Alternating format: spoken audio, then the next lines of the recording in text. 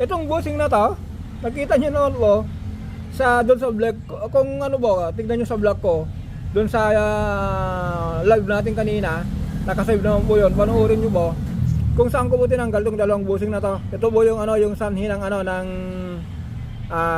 ayan, nakita nyo po itong mga, may tama po niyan. Ito po yung dahilan ng bakit ano, bakit maalog dito sa shafting. Ito, wala na po. Itong busing na to, andun sa loob. Kaya kung bumili kayo ng ano, ito hindi ko na, ito po yung part number.